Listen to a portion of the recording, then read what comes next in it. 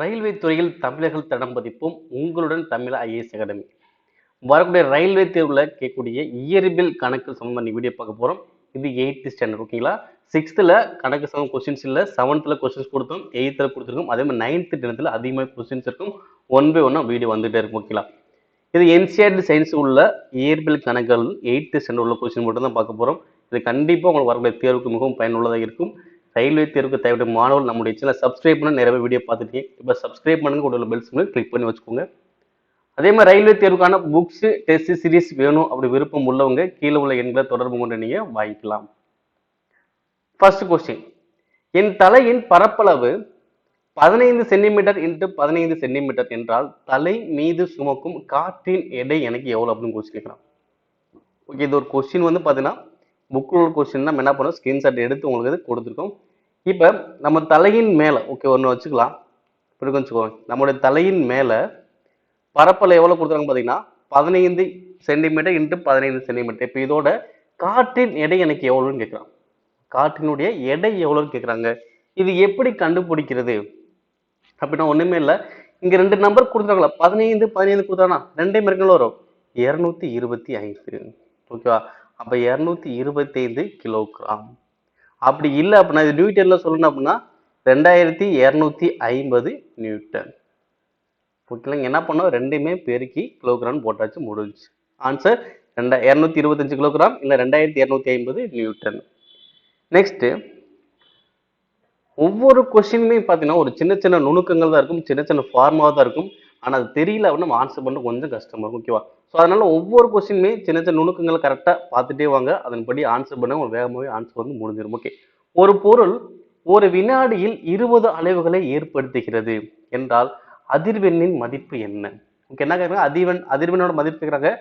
அப்போ அதிர்வெண் அப்படின்னா பார்த்தீங்கன்னா ஒரு வினாடியில் ஏற்படுத்தும் அலைவுகளின் எண்ணிக்கை, ஒரு வினாடியில் ஏற்படுத்தும் மொத்த அலைவுகளின் எண்ணிக்கையை தான் குறிக்கும். ஓகே, அப்ப வினாடி கீழே வரும், அலைவுகள் மேல வந்துடும். இது ஃபார்முலா. அதிர்வெண் ஈக்குவல் டு அலைவுகள் பை வினாடி. இதோட யூனிட் என்னது, ஹெர்ட்ஸ். ஏன்னா அதிர்வெண்ணா ஃப்ரீக்வன்சி தெரியும்ல. ஓகே, இப்போ அலைவுகள் எனக்கு எவ்வளவு இருக்கு, 20 அலைவுகள் வகுத்தல் வினாடி எவ்வளோ, ஒரு வினாடி தான், அப்போ 1. அப்போ ஆன்சர் வரும் 20 ஹெர்ட்ஸ். அவ்வளவுதான், முடிஞ்சு. அப்போ அதிர்வெண் ஈக்குவல் டு மொத்த அலைவுகள் பை வினாடி. மொத்த அலைவுகள் 20, வினாடி வந்து 1 தான். அப்போ ஆன்சர் வரும் 20 ஹெர்ட்ஸ். இப்போ இதே பேட்டர்ல வச்சு நெக்ஸ்ட் கொஸ்டின் பாருங்க. ஒரு தனி ஊசலானது, அதாவது பெண்டுலம் 40 அசைவுகளை 4 வினாடிகளில் முழுமையாக முடிக்கின்றது. அதன் அதிர்வெண் மற்றும் அலைவு நேரம் ஆகியவற்றை கண்டுபிடிங்க அப்படின்னு கேட்கலாம். அப்ப பாருங்க, 2 கொஸ்டின் இருக்கு. ஒன்னு என்ன கண்டுபிடிக்கணும், அதிர்வெண் கண்டுபிடிக்கணும். இன்னொன்னு என்ன கண்டுபிடிக்கணும், அலைவு நேரம் கண்டுபிடிக்கணும்.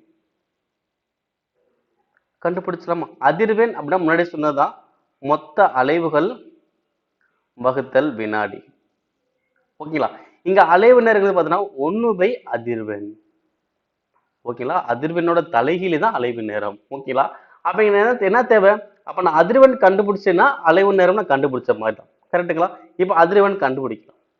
எத்தனை அலைவுகள், மொத்தம் 40. எத்தனை வினாடி, 4 வினாடி. அப்ப 40 பை 4 அடிச்சாலும் வரும் 10 ஹெர்ட்ஸ். அப்ப அதிர்வெண் எண்ணிக்கை வரும் 10 ஹெர்ட்ஸ். இப்ப அலைவு நேரம், அப்போ 1 வகுத்தல் அதிர்வெண் மதிப்பு எவ்வளோ, 10. 1 பை 10 அடிச்சாலும் வரும் 0.1 செகண்ட். ஆன்சர் 0.1 செகண்ட், முடிஞ்சு. அப்ப அதிர்வெண் 10 ஹெர்ட்ஸ், அலைவு நேரம் 0.1 செகண்ட். நெக்ஸ்ட், ஒரு கொசு தன் சிறகுகளால் ஒரு வினாடிக்கு சராசரி 500 முறை அதிர்வுகளை ஏற்படுத்தினால் அதிர்வெண் அலைவு நேரம் என்ன? அதிர்வின் அலைவு நேரம் என்ன? அப்ப அலைவு நேரம் அப்படிங்கிறதுக்கு என்ன வரும், ஃபார்முலா அதிர்வெண்ணின் தலைகீழ் தானே, 1 பை அதிர்வெண். 1 பை அதிர்வெண். அப்ப நான் ஃபர்ஸ்ட் அதிர்வெண்ணை கண்டுபிடிக்கலாம். அதிர்வெண் என்னது, மொத்த அலைவுகள் பை வினாடி. எனக்கு சராசரி தானே சொல்றாங்க. அப்போ ஒரு வினாடிக்கு சராசரி எவ்வளவு, 500 தானே. அப்ப 500 வினாடிங்கிறது எவ்வளவு, 1. அப்ப எவ்வளவு வரும், 500 ஹெர்ட்ஸ். அப்ப அதிர்வெண் எவ்வளோ, 500 ஹெர்ட்ஸ். அப்படிங்க அப்ளை பண்ணுவோம். 1 பை 500 செகண்ட். 1 பை 500 அடிச்சா எவ்வளவு வரும் பாருங்க. 1 பை 5 அடிச்சா வரும் 0.2 வருமா? பொதுவாக 1 பை 5 மூட்டை அடிச்சா வரும் 0.2. ஆனால் கீழே 2 ஜீரோ இருக்கு. அப்போ என்ன பண்ணும், இன்னும் 2 நம்பர் முடி பாயிண்ட்ஸ் வைக்கணும். அப்போ என்ன வரும், 0.002 அப்படின்னு வரும். ஓகேங்களா, ஏன்னா இங்கே 2 ஜீரோக்குனால அந்த பாயிண்ட் என்ன பண்ணும், 2 நம்பர் முன்னாடி கொண்டு போகணும்.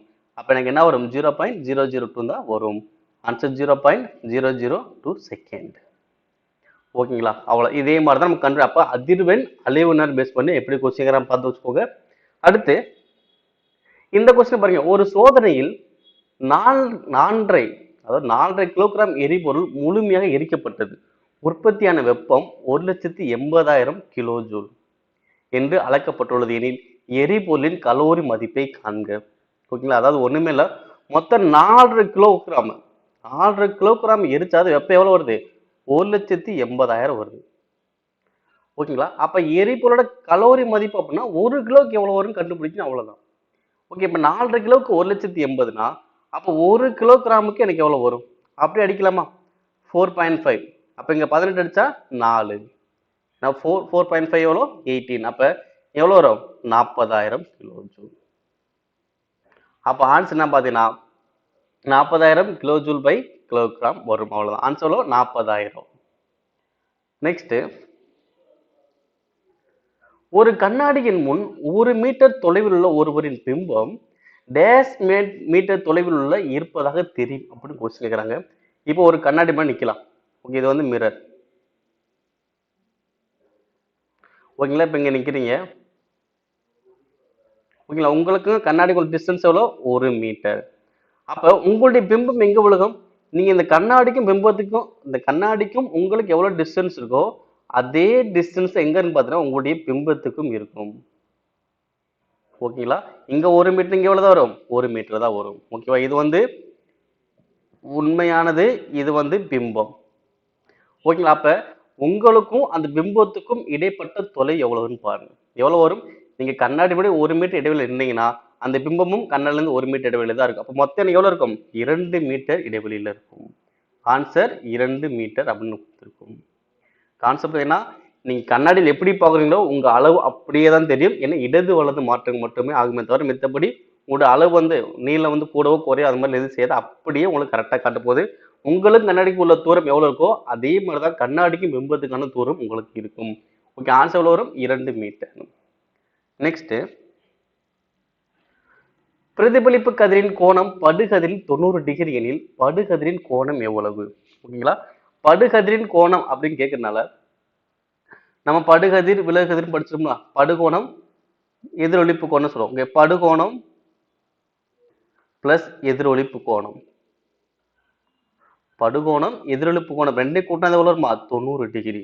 ஏன்னா அவங்க அப்படிதான் சொல்றாங்க, பிரதிபலிப்பு கதிரின் கோணம் படுகதிரில் 90 டிகிரி அப்படின்னா அந்த படுகோணமும் எதிரொலிப்பு கோணம் கூட்டணி வரும், 90 டிகிரி வரும். இன்னொரு விஷயம் என்ன இருக்குன்னு பாத்தீங்கன்னா படுகோணமும் எதிரொலிப்பு கோணமும் சமமா இருக்கும். படுகோணமும் எதிரெழுப்பு கோணமும் சமமா இருக்கும். அப்படி பார்த்தனா படுகோணத்துக்கு பதில் எதிரெழுப்பு போலாம், எதிரெழுப்பு பதில் படுகோணம் போட்டுக்கலாம். அப்ப இங்க பாருங்க, இங்க என்ன கொஸ்டின் கேட்றாங்க, படுகதிரின் கோணம் தானே கேட்கறான். அப்ப படுகோணம் மாத்திக்கலாமா, அப்ப எதிரெழுப்பு கோணம் என்ன பண்ணலாம், படுகோணம் மாத்திக்கலாம். அப்ப படுகோணம் எதிரெழுப்பு கோணம் பதிலா படுகோணம் வச்சுக்கலாம். இதோட மதிப்பு தான் எவ்வளவு, 90 டிகிரி. அப்ப இது ரெண்டுமே கூட்டினா 2 படுகோணம்.